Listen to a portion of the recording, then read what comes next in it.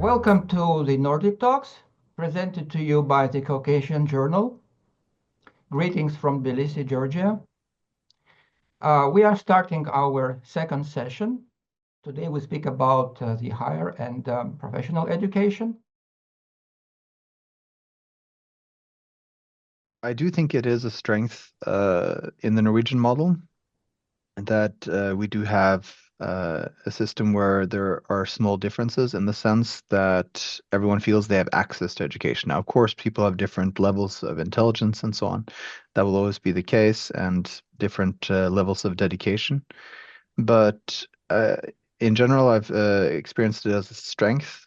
First of all, that there is that there's not a strict hierarchy between the students, and so students can work more across groups more easily. I also that there is not a too strong hierarchy between the students and the teachers, especially as at this university where I'm working at, we have a focus on trying to have a low threshold for students to be able to speak with professors, and for giving help, perhaps sometimes a bit too low. But I do think in general that that's something that the students really enjoy, and that helps with their development. So that definitely are some of the strengths of the Nordic model, I would say. I think there are some identifying factors. They're not unique to the Nordic countries, but they still, when you put them together, they are substantial. One is, of course, that we talked about yesterday, that the high proportion of the population end up with having access to higher education through their primary education. And so this also means that the accessibility of higher education is good. You're kind of not caught in your social demographic field, in a sense that most people will be able to come in a position where they can enter into higher education. The other thing is, of course, that traditionally higher education has been free in Norway and the Nordic countries. There are private institutions, but all the governmental public institutions are basically free. There is also a student loan system of student loans, of student housing, of student healthcare, in a sense that you don't have to be advantaged to be able to go into higher education. And it has been like this for a long time. And of course, the result of this is that it kind of builds on the factor that we are countries with a high degree of equality, in a sense that not a big social hierarchy. So I think that is a strength. And then, as was mentioned earlier, I think that this also transcends into the university. I've tried to study abroad, and one of the things that has been mentioned is the very closeness of the teaching staff and the professors to the students, in a sense that they eat in the same cafeterias, they interact with each other, and students are also, to a higher degree than many other countries, encouraged to actually challenge the positions of a professor or a teacher, in a sense that you can have an interchange. I have been to places where you are kind of expected to listen and then just note down what the professor said. Here, you're supposed to have a debate. I think that overall is a strength, but it can also be demanding, of course.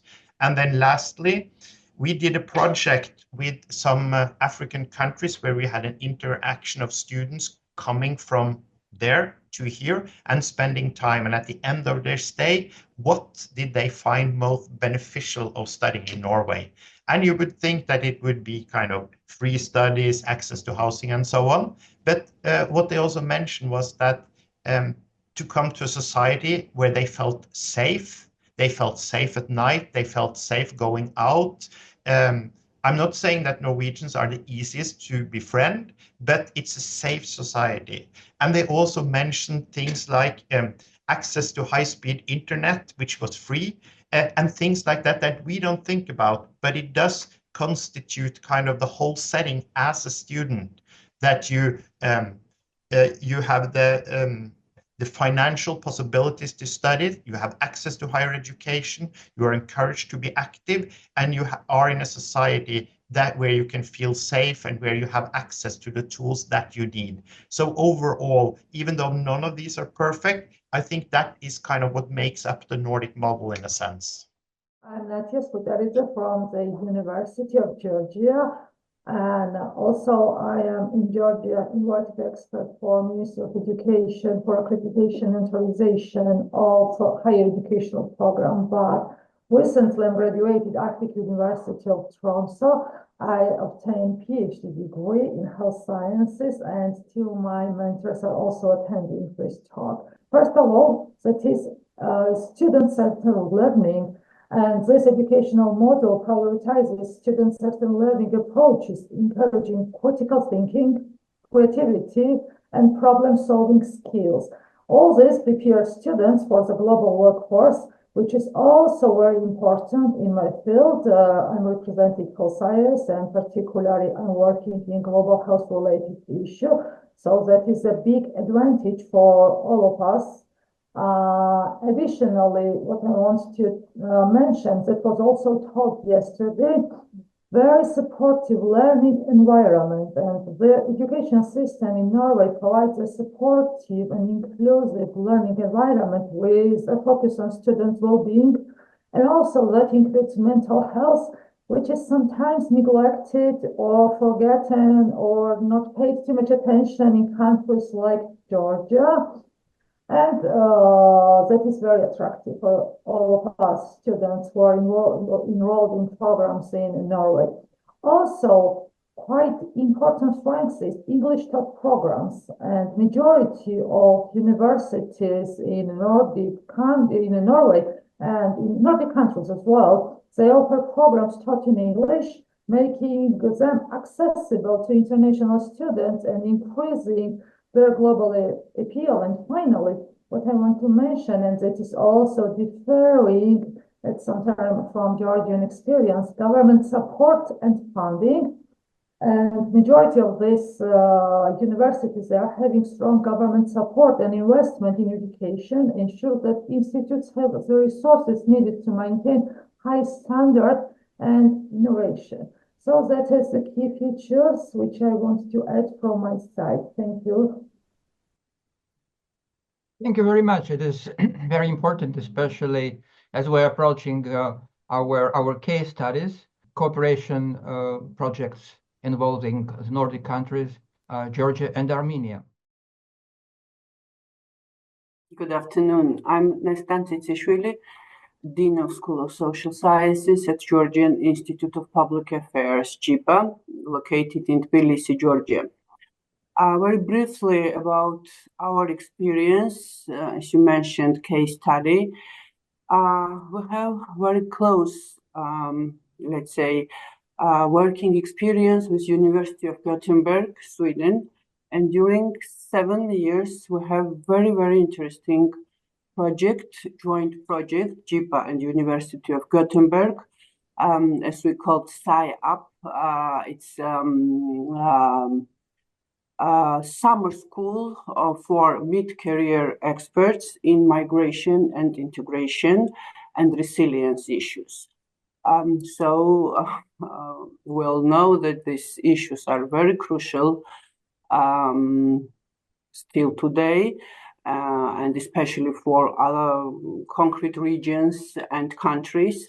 So, as you are aware, Georgian has very a terrible experience in this case. We have displacement people here, we have refugees. So, and this summer school, summer academy, as we called it, really gives our participants a huge experience in this case. They, besides this lectures and teamwork, they visited our settlements and have very close, let's say, conversations, and our displacement people share their experience from the their personal emotions, experience, and it was really, really very valuable for them, as they then in their reports we have read that it was really very valuable experience for them. we try to continue this summer academy. Let's see how it happens, because we have not very easy situation in our country now, but we hope to continue, and we're happy to have such joint project with Sweden. It's very excellent people from their side as well, very helpful, very supportive. So again, it's my how to say, from my bottom of my heart, thank them and thank Swedish University of Gothenburg and the Swedish Institute who financed this project. Thank you very much. Of course, I join your sincere thanks to the donors, because the Nordic donors are extremely important for our region. Absolutely, absolutely. One of the reasons why the Western donors are important is because of the orientation of our countries. Georgia and Armenia have been taking steps towards European integration. The major part of the population in Georgia and Armenia identify themselves as Europeans very strongly. And that's a very important asset. And education, of course, is the key element of this integration process. How EU membership or integration with the European Union may influence the national education policies? We have been a part of a cooperation with Armenia, the NACAR project, where we looked at recognition of foreign education and best practices. So, of course, this is relating to the higher education system and how this is organized in Armenia versus in Norway and in Europe. We are a part of this system relating to the Lisbon Recognition Convention, where Armenia, Georgia also is are parts, and this has kind of the Bologna process, the recognition convention, has streamlined European education for many, many years. And I think that it's a promising situation in a sense that we are a part of the same system, and there is the same ways of organizing, the quality assurance, the recognition part, and so on.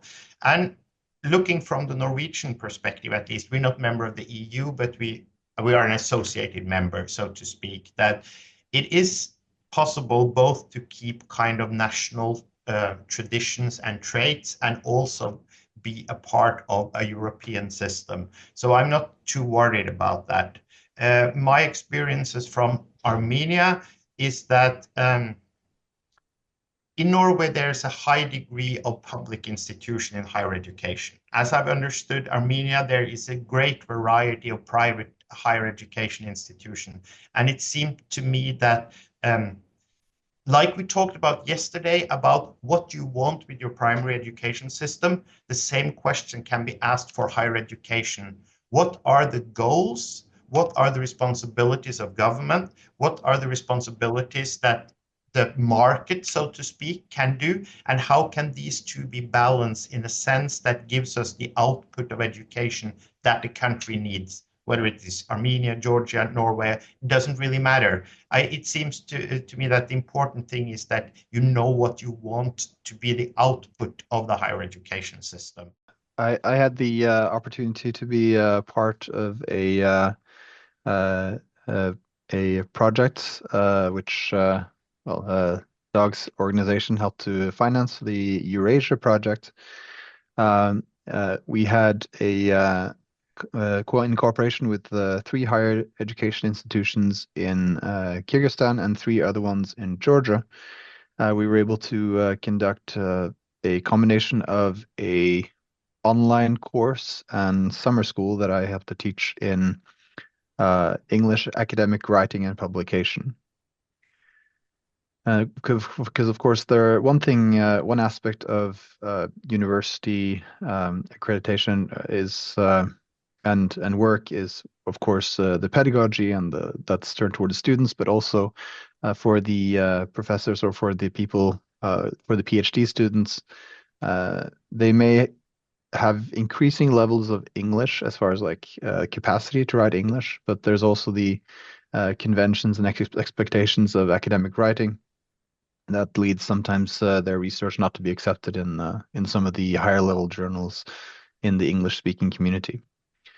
And that's also part of this orientation. A lot of in the past, at least in Georgia, I know a lot of publications were in Russian speaking journals or Russian language journals, and they have a different level, I would say, many of them, of professional practices or different kinds of professional practices, different expectations for academic arguments, for evidence, and so on.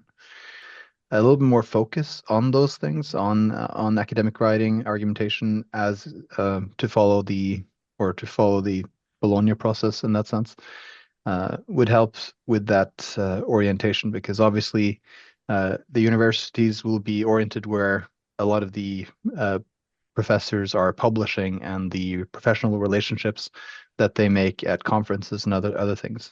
I want to mention in addition that not only EU membership, which is our biggest desire, I mean, Georgian citizens and country in a whole, but even the process of closer European integration can significantly influence national education policies. And I want to list those advantages which we could have from top down. First of all, I want to say that will be very important towards the alignment with EU standards. And I'm not mentioning Bologna procedure because it started many years ago, but for instance, to ensure comparability in the standards and quality of higher education qualification, that's really important. And all those projects which we already have with Norway, mainly with Arctic University of Norway, really were helpful. Additionally, quality assurance and accreditation, especially for external and neutral evaluation, that will be a significant step forward to study experience from Norway and best practice. And that definitely strengthens the quality assurance mechanism in Georgia as well. Then additionally, what I want to mention, which is a big gap in Georgia, lifelong learning. And I think that we can advance this direction as well with our cooperative programs and promote of lifelong learning to improve skills and employability, which is also a big priority for you. And as I mentioned, that's a gap in Georgia still. What else? What I can say that is, of course, curricular development, their modernization, and dealing with those needs or demands which we are having right now, for instance, the digital literacy or data science or artificial intelligence, which is a really strong part of Norway, and we are stepping back, too much back in Georgia, but that will be demanded in our programs as well. What else can I mention regarding of process of making our country closer to European Union? Of course, it is cooperative programs and access to funding and resources, which gives you membership and promotes mobility and exchange programs, not only for our students, but for our staff as well, which fostering cross-cultural understanding and collaboration as well. So these all are quite a big benefits for us, and a membership or closer integration can lead to significant advancements in Georgian national education policies.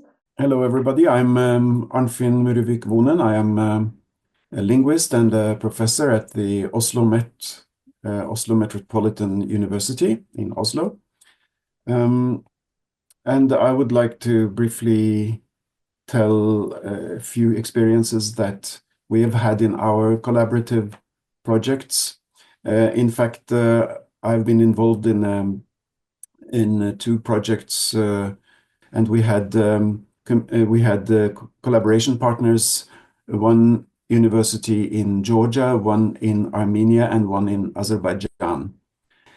We were lucky enough to have access to an academic journal that could make special issue for our contributions, and so we had some good experiences of joint academic writing between colleagues from Norway and colleagues from the three South Caucasian countries. But if I may add, actually the success of this summer school format made it possible for us to actually convert an activity in another project that we had originally in collaboration with a Russian university. So after the sanctions against academic institutional collaboration with Russia came into force in 2022, we actually managed, with good help from our colleagues at Yerevan State University in Armenia, to organize a summer school event in Yerevan that had originally been planned for taking place in Russia, which was actually very, very fortunate side effect of the good academic relations that we had already built up through the Eurasia projects.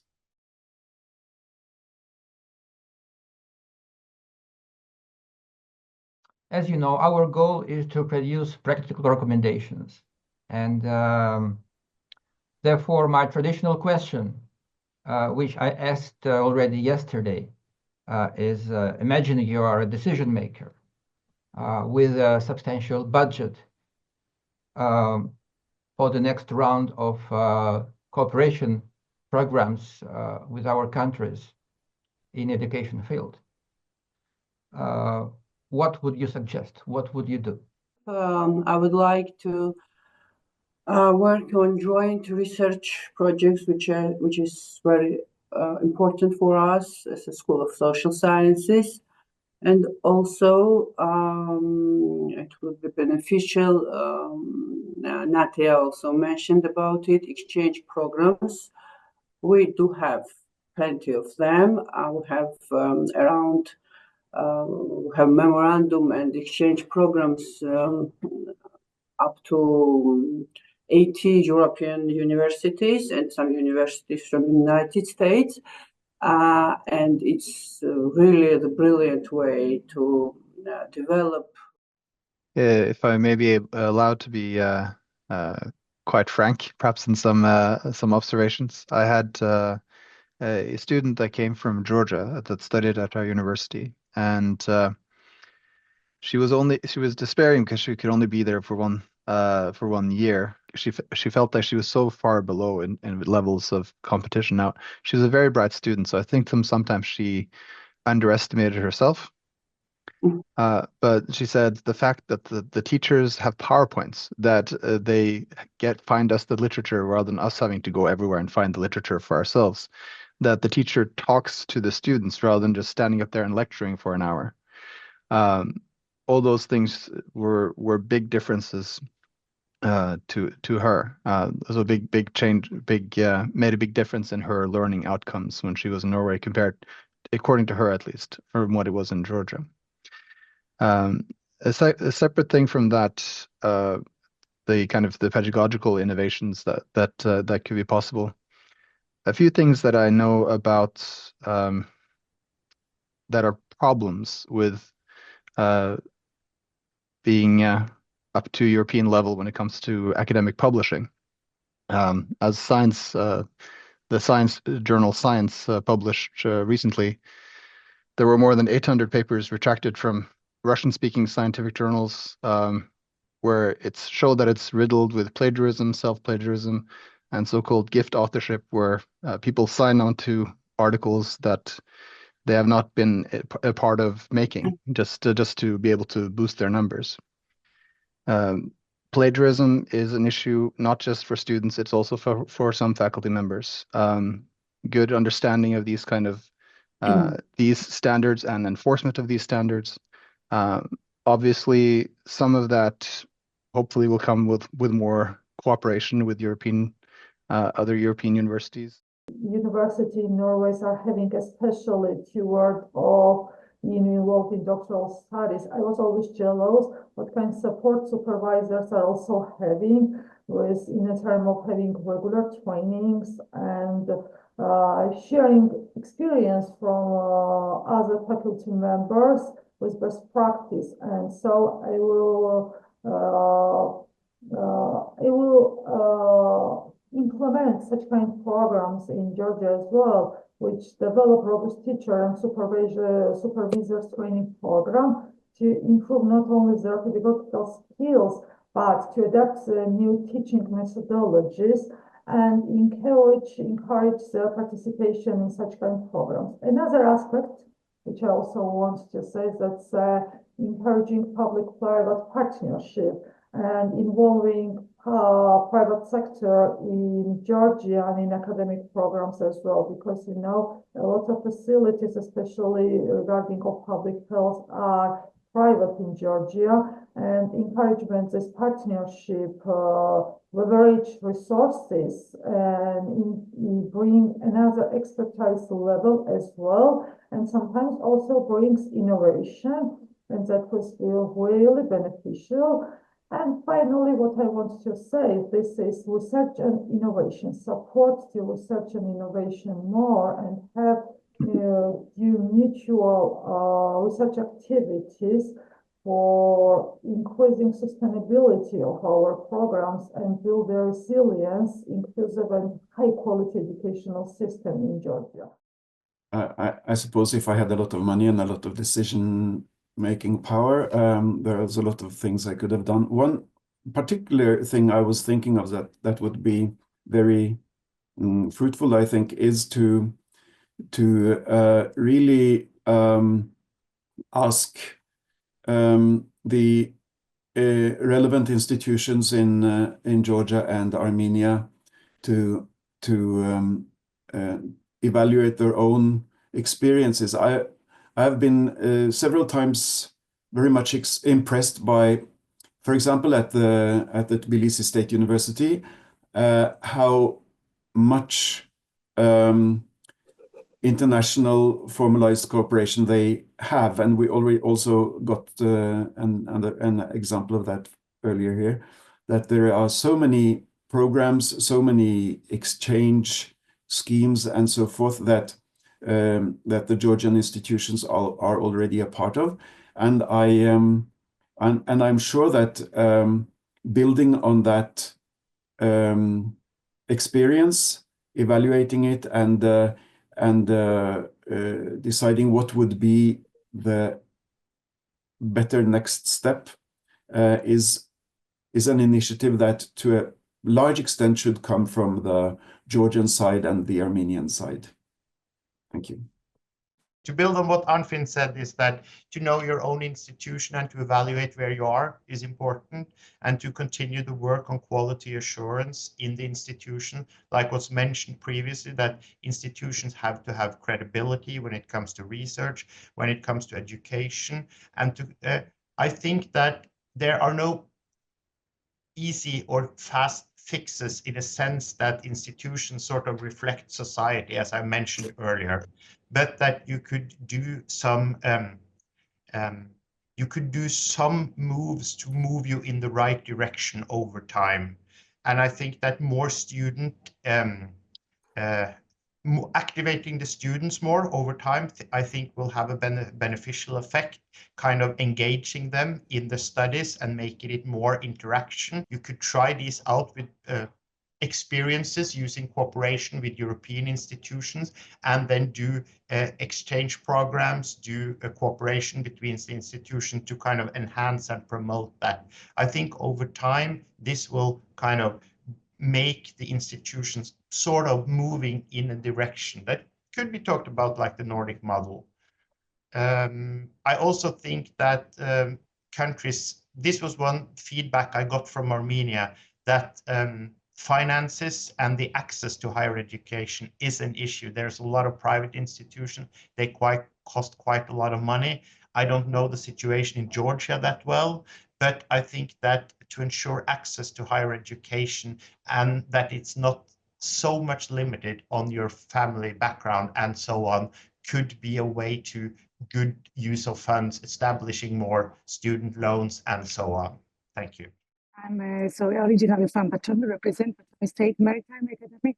I had the pleasure of working with Professor David and also visiting USN, so also getting engaged in some academic writing, online course, and developing also joint articles. For us, it's very important to know that we definitely have some kind of maybe distorted legacy of post-Soviet Union kind of like so kind of research ethics, but as a result of internalization, exposure to projects, also webinars, also online in-person meetings, we are really learning. But of course, our students have opportunities right now, and so for us, it's very important to have kind of constant, regular kind of contacts with our international partners, and definitely have this lessons learned and best practices. And right now, it's maybe a good opportunity for me to be visiting Kutaisi International University with a project within World Bank funded. So it is about developing higher education internalization, especially quality and research practices. It is a third, so kind of like inter-school in which we are kind of giving some lessons about how to develop intellectual property. The previous was about research proposal development. That's why I will be happy to be kind of like exposed to European standards, and this platform can be helpful for us. May I also say that some of the challenges that new researchers in Georgia are facing when they go into kind of the European academic market, should I say, or presenting their things. Some of the things we also need to be more aware of in Norway, there are, for example, these practices of predatory journals and predatory conferences. For some people from Georgia, I met with them and they had an expectation that they had to pay in order to get their scientific work published, especially in the humanities, as not seen as a best practice. And it's important that there's a whole industry about this, and we're having challenges with that in Norway too. It's important that we ally against bad actors in the business or in our academic world, and that we try to build up and share best practices and the good networks, so that these young, brilliant researchers really from Georgia can come into the right kind of network where they're not wasting their efforts, but where their contributions will be heard and will receive the right kind of peer review.